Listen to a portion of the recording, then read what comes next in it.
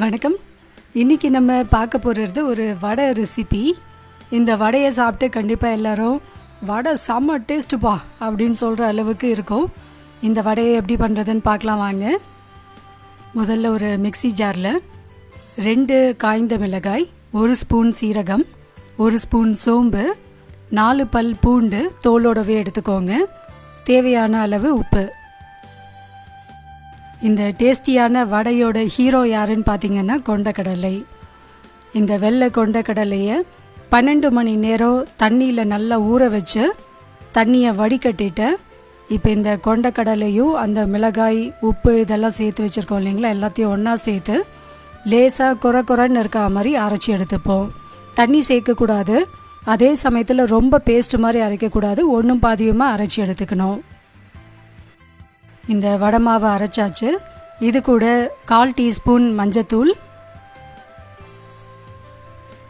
ஒரு medium size வெங்காயத்தை பொடியாக நறுக்கி அதையும் சேர்த்துக்கலாம். கொஞ்சமாக கருவேப்பிலை, 2 பச்சை மிளகாயை சின்னதாக நறுக்கி வச்சுருக்கேன், அதையும் இது கூட சேர்த்துக்கலாம். இப்போ இது எல்லாத்தையும் நல்லா ஒன்றா கலந்துட்டு வடை போட ஆரம்பிச்சிடலாம். வடை மாவை இந்த பதத்தில் பசிஞ்சோன்னா நம்ம கரெக்டாக வடை போடுறதுக்கு ரொம்ப ஈஸியாக இருக்கும். வடை பிரிஞ்சு போடுறது அது மாதிரிலாம் இருக்காது. இப்போ இந்த மாவு ரெடி ஆகிடுச்சு. ஒரு கடாயில் எண்ணெய் நல்லா சூடாக இருக்குது. இப்போ இதில் கொஞ்சமாக ஒரு சின்ன உருண்டைகளாக எடுத்து உள்ளங்கையில் லேசாக அழுத்திட்டு, இன்னும் ரொம்ப தடியாக போட்டாலும் வேகாமல் இருக்கும், அதனால் இது மாதிரி மெலிசாவே போட்டோன்னா ரொம்ப டேஸ்டியாகவும் இருக்கும், ரொம்ப கிறிஸ்பியாக இருக்கும். இதே வடை மாவை யூஸ் பண்ணி சின்ன பகோடாக்கெல்லாம் பொரிச்சு எடுத்து நீங்கள் வடைக்கறி பண்ணி பாருங்கள். டேஸ்ட்டு ரொம்ப அருமையாக இருக்கும். நீங்கள் எப்படி பண்ணீங்கன்ட்டு எல்லாருமே கேட்பாங்க, அந்தளவுக்கு டேஸ்டியாக இருக்கும். ஒரு தடவை அப்படியும் ட்ரை பண்ணி பாருங்கள்.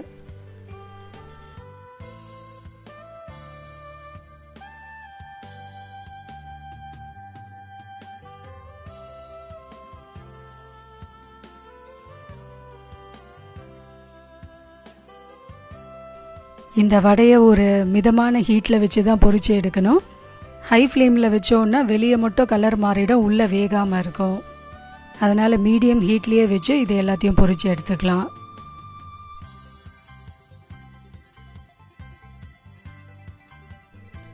வடையை போட்ட பிறகு உடனே நம்ம கரண்டி வச்சு திருப்பி போடக்கூடாது.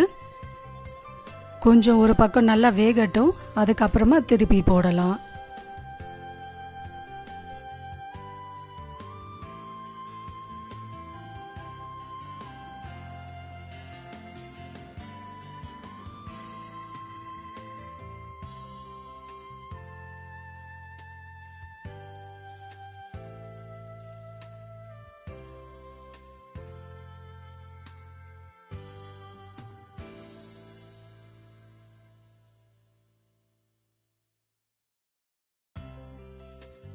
வடையெல்லாம் நல்லா வெந்து இந்த மாதிரி பொன்னிறமாக வரும். இது மாதிரி கோல்டன் எல்லோ கலர் வரும்போது எடுத்துடலாம். வாசனையும் ரொம்ப அருமையாக இருக்குது, டேஸ்ட்டு அதை விட ரொம்ப அருமையாக இருக்கும். இதை நீங்கள் கண்டிப்பாக ட்ரை பண்ணி பாருங்கள். ட்ரை பண்ணி பார்த்துட்டு அதுக்கப்புறமா உங்களோட கமெண்ட்ஸை நம்ம கூட ஷேர் பண்ணுங்கள். இந்த வடையை நம்ம ஸ்நாக்ஸுக்கும் பண்ணி கொடுக்கலாம், இல்லைன்னா ஒயிட் ரைஸ், வெரைட்டி ரைஸ் இந்த மாதிரி சாதம் பண்ணும்போது அதுக்கு சைட் டிஷ்ஷாகவும் கொடுக்கலாம். ரொம்ப டேஸ்டியாக எல்லாத்துக்குமே சூட் ஆகும்.